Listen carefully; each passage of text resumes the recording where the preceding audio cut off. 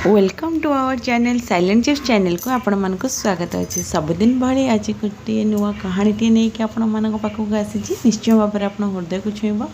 सबू कहानी किसी ना कि शिक्षा दे था ये कहानी भी आपण मानक भल शिक्षा टे दब से आपण मो सहित बनी रुहतु कहानी निश्चय शेष पर्यंत शुणु भल लगे लाइक एंड सब्सक्राइब करूँ। कहानीटी आरंभ हो गोटे वृक्षे अनेक गुड़े पक्षी बास करुले से वृक्ष गोटे एमती पक्षीर बसा था जार कि कुनि कुनि पिला 5टी थे आए सी मादकटे भी रोते से अनेक टाइम रे जंगल को सब पक्षी जाती खाया पाखे 2-4टी बस्ती भी थिला सेठू भी से निज खाद्य संग्रह कर निज जीवन प्रतिपालित करुले। एथिरे कौन हो से पाख बस्ती रे किछि निया लगी जाइथिला जहा फल कि लोक माने आउट पाउट हो जाउथिले निज जीवन रक्षा करिया पाई नियारू त्राही त्राही बाहरुले निज जीवन निज पिला छुआ निज धन संपत्ति को ठूल करके कुआडे जीवे बेली बाकुलता सहित एपट सेपट धान दौड़ होते किछि पक्षी भी जंगल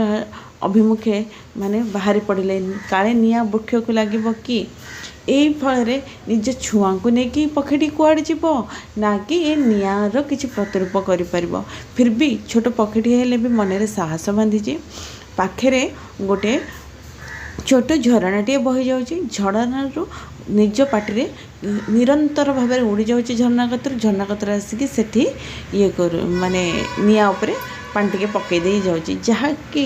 कौन सी प्रकार कौन हेल्प ही हेनी निरंतर करुच्ची एपटे छुआ मैंने चें चा पक्षी कोराहर बोबाऊँच लोक मैंने भी बहुत ये कर धीरे धीरे यह कंटिन्यू कर निहाती अध घंटाए खंडे से तार प्रयास चली रखी जारी रखी यह देखी किछि लोक माने भी नोटिस कले कि यह गोटे पक्षी जदि करें आमे कहीं करें आमे भी करवा किछि लोक ठूल होकि निया को धीरे धीरे पानी पकेबा आरंभ करते किछि पकाउथिले किछि पकाउ नथिले जहाँकि निज को बंचेकी दौड़ा को लगी जहाँफल कि समस्ते एकाठी हेले निया को रक्षा कले माने निया बंद है तापर समस्ते शांति पाइले तापर यही सब कारनामा से वृक्षरे थिबा गोटे काउटे देखुला से काउटे देखा कि गोटे पक्षीटे निरंतर चलती पानी पकाउची आणुची आफल लोक भी पानी पकईले जहाँफल निआटी तो कमीगला कि ये मूर्ख पक्षीटे मु बुझीपारुनी एडिटे थंटरे ए टोपे टोपे पानी नहीं कि आउ निया तो कराल रूप धरिकी बाहरी एत जोर से केमी बंद हम निजे तो मर निज छुआ को भी मार हेले छुआ को नहीं कुआडे पड़ेब या भाभी भाभी आता कति धैर्य रही सी कौन कर पक्षीटी ओहो कर छुआ को बसा पाखे आसी बसबारू कहला शुण पक्षी मुझे किसी समय मार्क कर पचार भी कहबू ना हाँ ना तो एडे बड़ निया एत बड़ एरिया को जलुची जहाँकि निज बसा आड़े आसीपे निज छुआ को न बचेकी तो ए कौन करूँ निज छोट चुंचरे नहीं कि पानी पकाउलु फल कि केबे ना से निया लिभ ना तो थंडे पानी नहीं कि पकेले किसी हो यह जानिकी भी तो यह करूँ तो किसी पारिबुनि भी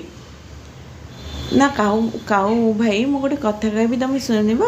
ना हाँ कह मु तो से माने रही पारे तो पचारि ना जेबे ए निया जलिबा कथा बस्ती जेबे ना जेबे उठिब ना प्रथमे